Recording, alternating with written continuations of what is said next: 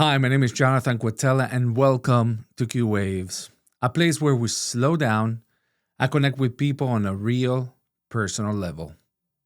Sometimes we forget that athletes, artists, and even elected officials we see in the public eye are people just like us. They have families, face challenges, and live in the same world we do. This series is all about meeting them at a personal level, having honest conversations that remind us that we all share more in common than we might think. In this episode, I have a husband, a father, a businessman, and elected official. He serves Delaware House District 36. He's known in social media as Mr. 302, Bryan Shupe.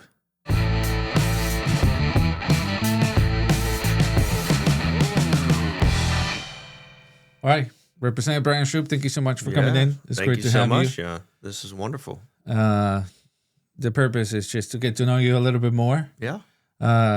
Everybody knows you as Mr. 302. Very famous for that. We appreciate all you do through social media. Thank you. But people, I just want to take this opportunity for people just to get to know you a little bit more. Well, thank you. Yeah. More than just the representative, the businessman that you are, but people to get to know where you came from, and just get you as a Thank person. you very much. Let me first explain. A lot of people ask me where Mr. 302 came from. There we go. It actually came from my wife years ago. She is from Annapolis, Maryland, and I'm from Milford, Delaware. And the stark difference, of course, is Delaware. Everyone knows everyone. And Annapolis, Maryland is a bigger city where you can go out to dinner, you can go shopping, you can go out and have fun and not know anybody that's there because of the size of it. So when she came over to Delaware and we met and we started dating, she did not know kind of the Delaware way that everybody knows everyone. So she was surprised that everyone would be like, oh, hey, I know you. And like, hey, Bryan, what's going on? Or, do I know your parents? Or I know your parents. And so she started calling me Mr. 302 as kind of a joke. And that was, oh my goodness, that was 16 years ago now. So I kind of took that moniker and put it on my Facebook page just to have some fun with it. And so it's an ode to the way of life here as someone who wasn't born here, the culture that we have. So how long have you had that page specifically for? You remember?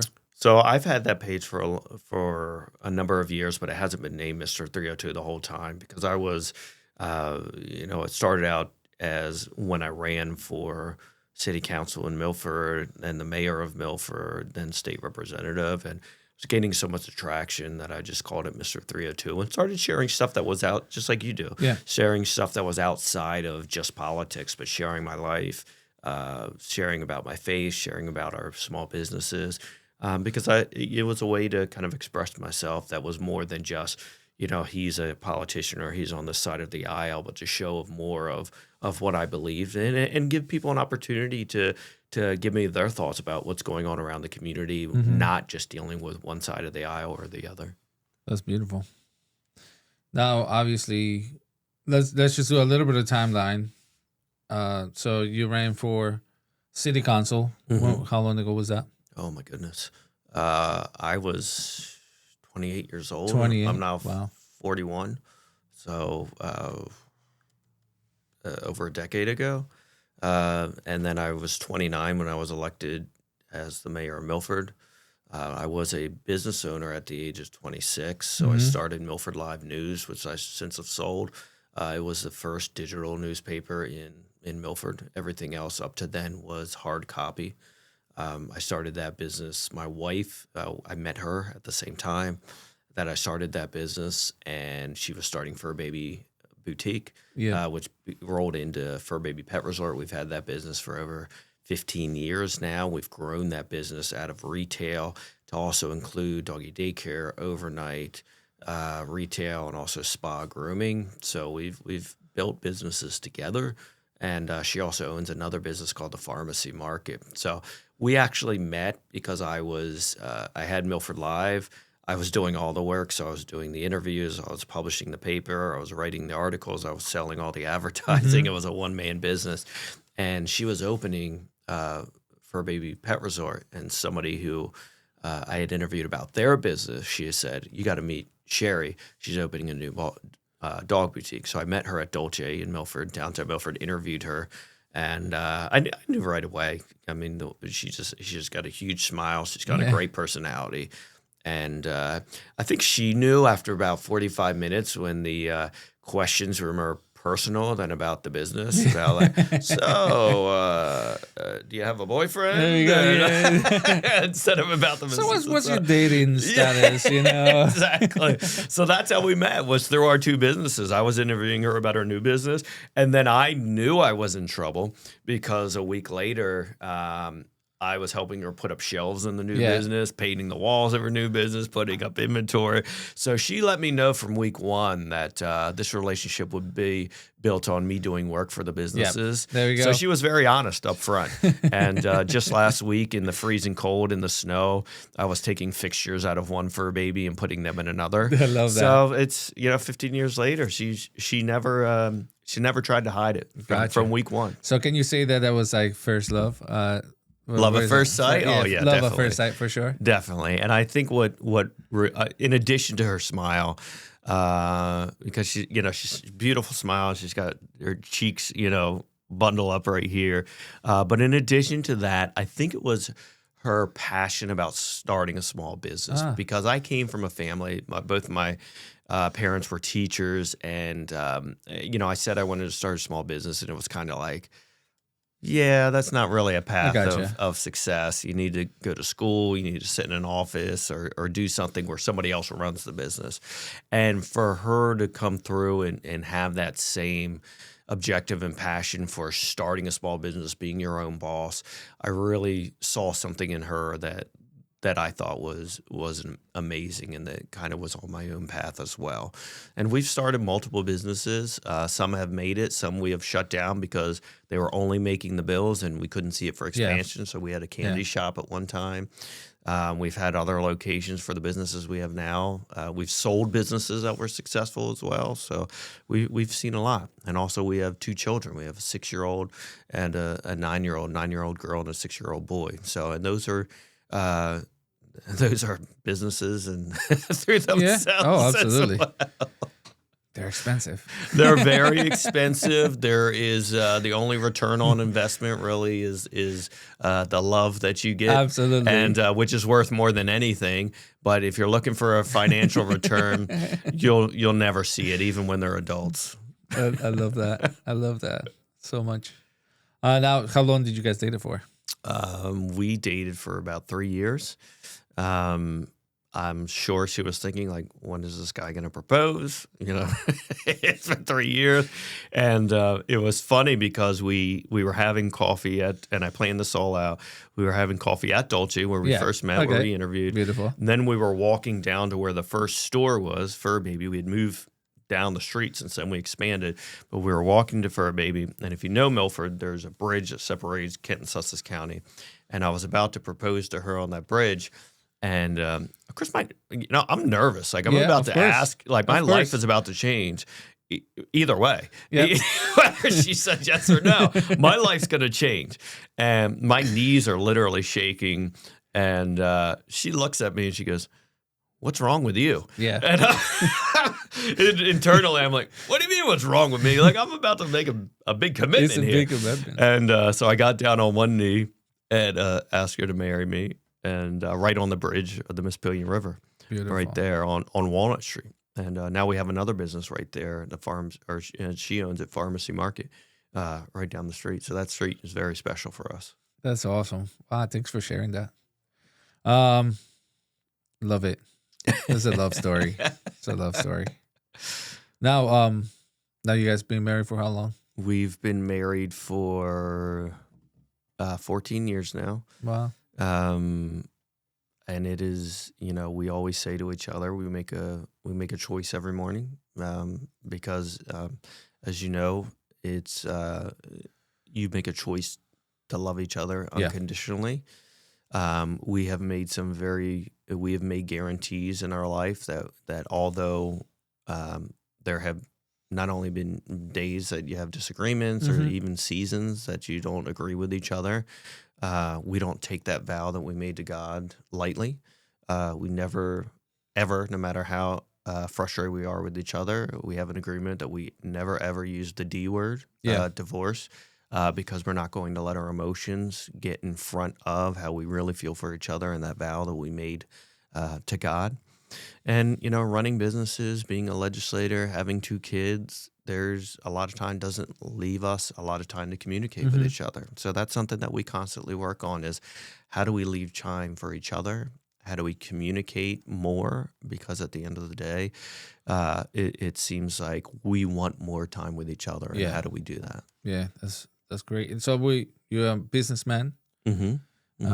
You're a father, a husband, but you also are an elected official. Correct. And we'd love to talk a little bit about that. Sure. What drew you to serve, the heart of service to your community? First, running as a councilman. Did you get elected as a councilman? Yes. You did. Yeah. And then you became Mayor Milford. mayor Yeah. of Milford. Yeah, age 29. Age 29. Trial by fire. Did you serve one term? Was 2 that terms. 2 Two terms. terms. Yeah, Was yeah. that 4 years? 4 years, correct. Yeah. So 2 and 2? 2 and 2. Yeah. It really came from. So I set up the business Milford Live News at 26, Mm-hmm. and one of the we interviewed small businesses, we interviewed nonprofits and local events, sporting events, but we also interviewed the government to find out what's going on. And I would sit there through city council meetings, but I also had the great opportunity at 26 to interview city manager, police chief, public works directors, and people in the city themselves about what was going on in the city. And the really neat thing is when you interview people, you actually, just like any journalist, you ask them questions. So you get to find deep within the story of what's going on. I got to find out, through the finance department where money's going, Yeah. where it's not going. And I got to delve into these things really passionately. One thing I found out through that process in the city of Milford is there was a big division throughout the town. And it may not be what you think of Republican versus Democrat, because in the city of Milford, it's nonpartisan. But there was a big division between people who had been there for generations Mm-hmm. and people who had moved there that we call transplants. Yeah. And it seemed to me at the age of 29 that there were so many people that had lived there for generations that had so much experience and had great ideas. There were also people who had come here from other cities that had great jobs, were CEOs of banks, or business owners that had great ideas as well. But the council at that time were getting in each other's way based on those two parties, if you will call them that, and not getting done what needed to get done for the city. And that was improving healthcare, improving infrastructure, doing basic needs for the cities, because they were fighting over those two different things. And so I thought, you know what? I've got the experience. I've interviewed for the past 3 years all of these individuals to find out what's deeply going on. I've interviewed people, the residents, and they've told me exactly what they want. This is a challenge that I think I could take on. And I had individuals that said, hey, we thousands of people that read your newsletter that goes out every week have read what you're doing. We think that you should get involved. And that's why I started getting involved in the local.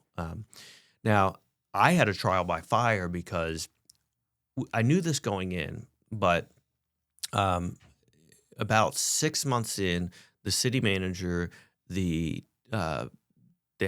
chief of police, and the head of the public works department all retired. And that was all planned because they had all been there for like 20 or 25 years. But I was 29 years old. There goes my executive team. Yeah. And I had to, with the city clerk and the other executive team that was still there, or in the executive branch, I had to run and help make decisions as a 29-year-old for the city, while we all also did interviews for those 3 positions. And I had never run a city, obviously, before. I had run my business before. I Yeah. had helped Sherry with Fur Baby run that, but I'd never managed a $48 million, Yeah. organization. So I took it day by day, surrounded myself with business people and people from other communities, other mayors, other executive directors from other cities that were similar size, and asked them for help, for mentorship, and we made some great decisions, Hmm. and we really saw Milford prosper, not only the government, but also with private individuals and business owners committing private money and the private resources to the town during that time period. And then after 4 years, all that experience, Yeah, so you so got elected when you were 29, so about 33 ish. yeah. Harvey Kenton was he was a great representative for our area, and he had served for a number of years, and he was stepping down, he was retiring, and came to me and said, "Hey, I'm stepping down. I think the people of Milford and the area would really like to see you in that seat." So I Yeah. started asking around again, and people said, "Yeah, I think you would." And the most common thing I got was, "We would hate to lose you as a mayor, Yeah. but you would do very well up there." So I decided to talk to people, talk to my wife, talk to my family, and make that jump. And fortunately, I was elected by 69% of the electorate. That's So amazing. not only Republicans, but Democrats and Hmm. independents as well. And I think so, a lot of people are not aware of, you know, when I see elected officials as I do my ministry in Dover, this is a calling for the family, Mm, because all the time that you spend up in Dover, you're away from your family, you're away from your business. I say it's a huge sacrifice. I always say, I don't know why you put yourself through it. I A ask lot of people, myself that some yeah. days. And not just that, I mean, all the challenges of like, not just you there, but you have to be in committees and then you have to be on the Hmm. floor. But all the other work that you do, like when a bill is filed, you have to Mm, find out what the bill is about and learn. You gotta, in a sense, become an expert on that specific topic, in a sense, because you voted. It's hmm. important, right? You need to know what you voted on. How do you manage all of that? Like, what? I think what's very important is the way in which you do it, because at the end of the day, my 6-year-old and my 9-year-old and my wife are always watching me and always watching what I'm doing. My 6 and my 9-year-old's very Yeah. aware. She's very intelligent. She's very aware. She hears every phone conversation I have, every talking point that I'm speaking of with my wife. She hears the videos that I record. She understands when I talk with people in the street, not only what I'm talking about, but how I'm talking to them, the tone I'm talking with them. And my 6-year-old, all of this, in the digital age that we are, even when I'm gone, they're Yeah. going to be able to see all this. They're going to be able to see everything that's written about me in the paper, everything that's online that's said about me or how I handled the situation. So it's the way that you handle it, I think, is the most important for me, because I'm teaching them very complicated issues, people that are very passionate on both sides of any Hmm. issue. How do I handle that? How do I be respectful, and at the same time, when there's something worth standing up for, how do I stand up for that and do it in the right way? Yeah. Uh, Props, man. I don't know how do you guys do it. God bless your heart. I just can't. Now, this is a question that I want to ask. Like, if so, you were elected at 29, councilman, what, at 27, right? Makes that sense. Yeah, 28 for councilman, 28, 29 councilman, for mayor. 29 for mayor. If you can go back to Bryan Shupe at that time, I say 27-year-old Hmm. Bryan Shupe, who's starting to think about running as a public server, what would you say to yourself? Hmm. I would say, for anyone who's running, but especially me at that time, focus also on who you are and the man or the woman that you want to become, because that bleeds over to the people that you serve. Mm-hmm. And that became a reality in my life as I started serving in the General Assembly, because people see you as the mayor of Milford, and a lot of people, some people don't, but a lot of people will say, "Oh, that guy's got it together." Yeah. I was a very broken person inside, even though we did great things in the city of Milford, even though we were able to serve a lot of people. But I had not started in a real way my journey through Christ. And I would say to myself, pause and make sure you give time to find out where you are on this journey in your own faith, and how you can, as Jesus says, clean the inside of the cup. Because as you clean the inside of the cup, you'll be able to serve others better. Yeah. And when you came to that point, because let's talk about your testimony. You're a man of faith now. Not that you weren't before, but really committed yourself to the Lord. Yeah. And you openly live that life, right? You're not ashamed. I've seen your legislative hall. We prayed together. When was that turning point? Yeah, I think that turning point came from a realization that I was trying to be two individuals, right? I was trying to be a person that was selfish, and then also a servant. And those two individuals, those two men can't stand beside each other inside of one man. You've got to choose. And you have the free will to do so. God gives you the free will to choose whether you want to be the selfish man or you want to be the servant. And it really came to an head where the selfish man was winning, because if you try to feed both of them, the selfish man will always win. Yeah. So the selfish man was winning. I found myself losing touch with the things that were most important for me, and that was being a father and being a husband. And interesting enough, when I was growing up, I never really wanted to be anything. Like, I never said I want to be a police officer or I want to be a doctor, but I always wanted to be a father. And it sounds kind of weird as a young boy wanting to be a father, but I always wanted to be a father. And that I saw slipping. I had one kid, Evelyn was here, Theo was on the way. And I said, I've got to change. I can't be selfish anymore. I've got to be a servant. So I started going to church, and I started going to church in Milford by myself. I said, I need something. I had grown up Catholic, so that was something that was a foundation for me, but I had strayed away for years. I said, all right, that's something that I know can help me. I don't know how, but I know it can help me. So I went to church, and there was a song where the refrain goes, dead man come out of that grave. And when that song played, I was standing there in the church, and I couldn't my voice wasn't working. Wow. I started crying, just ugly crying, tears rolling down my face, and I felt the presence of God right there in that church. And for the first time in my life, I felt the love of God, that he wasn't angry at me. I wasn't unclean to him, that he loved me and he just wanted a relationship with me. And I felt that all during that song, all of those feelings within those couple of seconds. And I decided that was what I needed to do.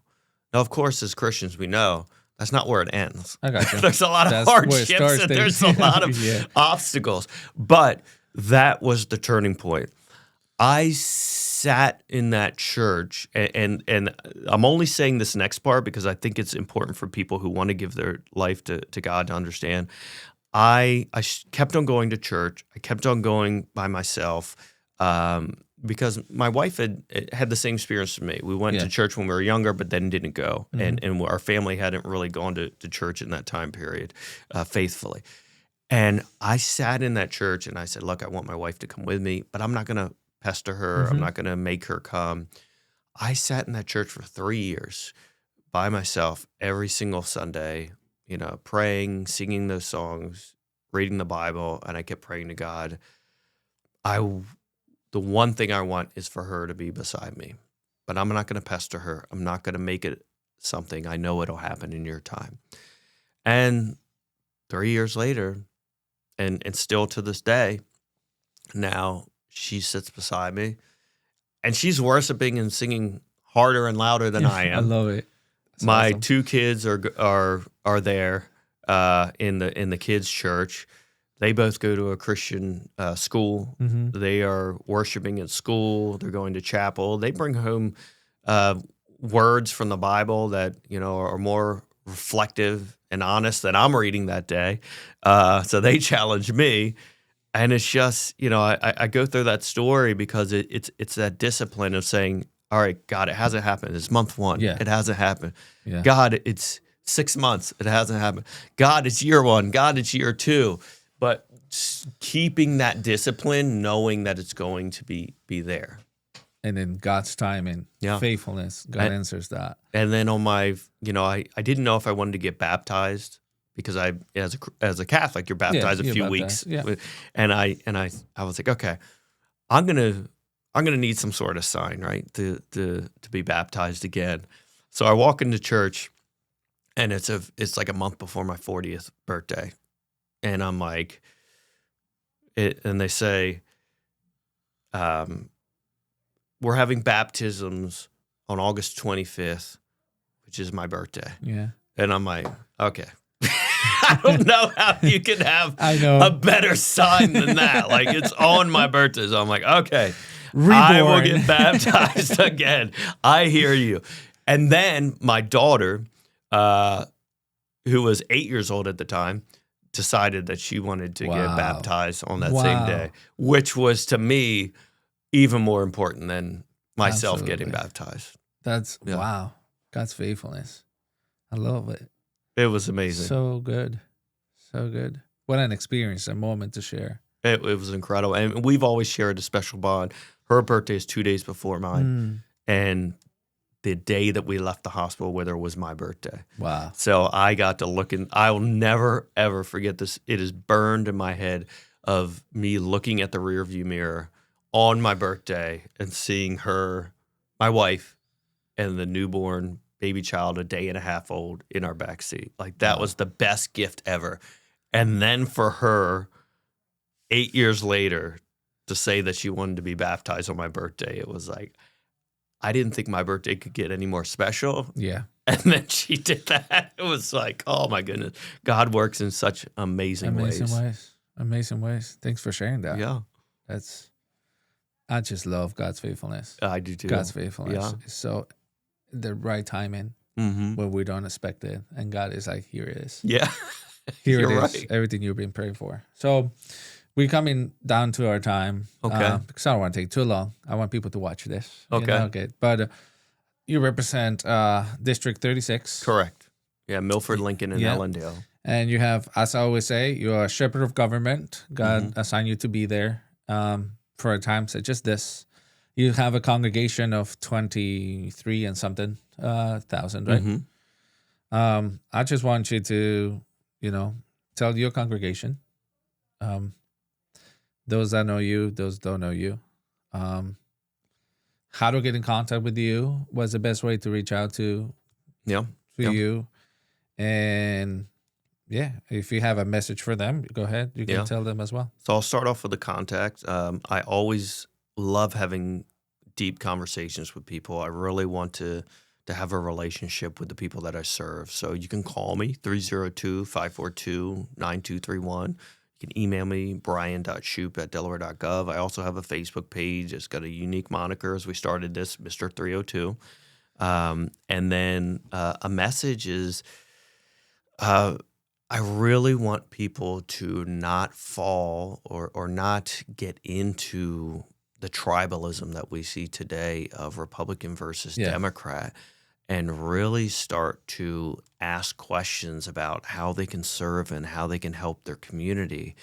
And when you talk with elected officials, I want you to ask them about things that are really important to you and really important to your community, and see what their genuine answers are, and push them to get out of the comfort zone of what that national reaction is, or whatever those talking points are, and ask them questions to figure out who they are and what they're really all about. I love that. That's how you build community. Yeah, exactly. And Talking to one every another. community's different. Every community's unique, and it's going to take someone special within that community to be able to serve those people. Thank you. Yeah, thank Well, you, John. Brian, thanks so much for coming on. It's great to have you. Of course. This is my first one. So Oh, you're the number wonderful. one, Yes. to be in Q Waves. And yeah, looking forward to many years of Wonderful. ministry.